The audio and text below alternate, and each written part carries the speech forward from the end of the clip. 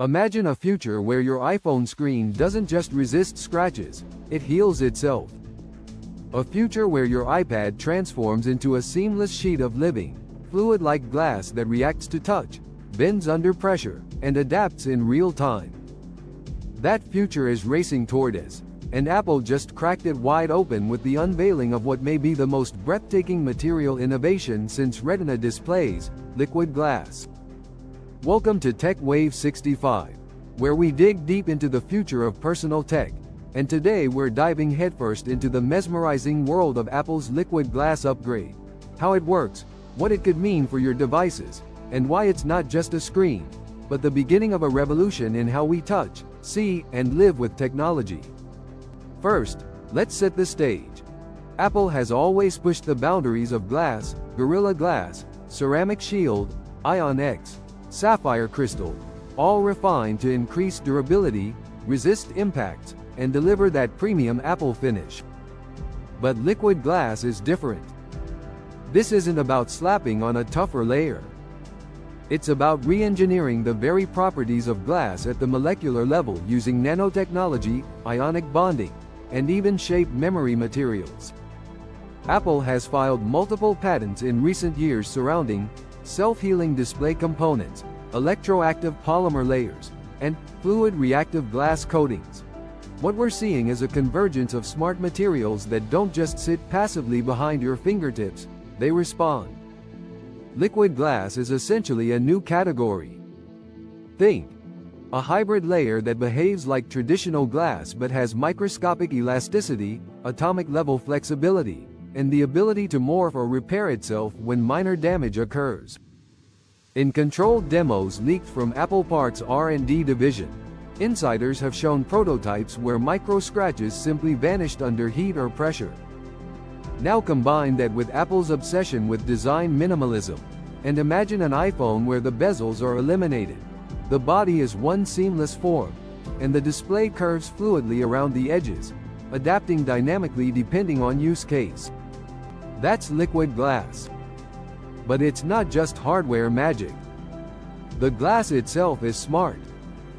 Built with embedded nanosensors and paired with machine learning, liquid glass will allow your device to adapt in real time, altering its rigidity, sensitivity, and reflectivity based on environment, app, or even user behavior. Watching a movie? The glass can automatically polarize to reduce glare. Gaming? The screen stiffens slightly for haptic precision. Reading outdoors?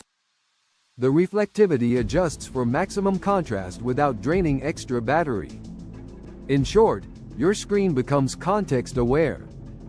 And the implications go deeper. For Apple Watches, liquid glass could enable curved screens that follow the contour of your wrist, while remaining shatter-resistant. For iPads, it may allow bendable form factors that fold without creasing, eliminating hinges or delicate mechanisms. And for the rumored Apple glasses? This could be the tech that finally delivers full field of view AR, where the entire lens becomes an adaptive display. But let's get technical. How does it work? Liquid glass uses a class of materials known as amorphous metallic alloys and nanoceramic composites that can rearrange their structure temporarily under heat, pressure, or electromagnetic pulses. These materials are sandwiched between ultra-thin sheets of chemically hardened glass, forming what looks like a normal panel, but acts like living tissue. If you've heard of self-healing polymers or smart glass in architecture, imagine that, only 10x more responsive and 100x thinner. Apple's engineers are also exploring electrochromic layers, allowing the display itself to shift opacity, color temperature, and even transparency. That means iPads that go opaque when you write for privacy, or iPhones that become completely transparent when held up to scan objects or view AR overlays. It's science fiction, rooted in material science, and Apple is quietly building the ecosystem to make it work. Take iOS 19's rumored adaptive interface mode, which changes layout depending on how you hold the device. Combine that with a screen that physically responds to those modes, and you don't just get UI flexibility, you get form-reactive design. Now here's where it gets wild. Apple is building AI into the glass layer. Using the new Apple Neural Engine embedded in M4 and M5 chips, the device can learn how you interact with it, what fingers you use, what apps you favor, how much pressure you typically apply, and adjust tactile response accordingly. The liquid glass becomes personalized to your hands. Imagine Face ID for your fingers, baked into the display. But let's not forget the most game-changing element: repairability. Apple has long been criticized for devices that are hard to fix. Liquid glass flips the script. With self-healing capabilities, minor dings and scratches may disappear over time. In Apple stores, heat and light-based restoration pads could restore glass to like new condition without replacing the screen. That reduces waste, extends device life, and repositions Apple as both sustainable and cutting-edge. Of course, there are challenges.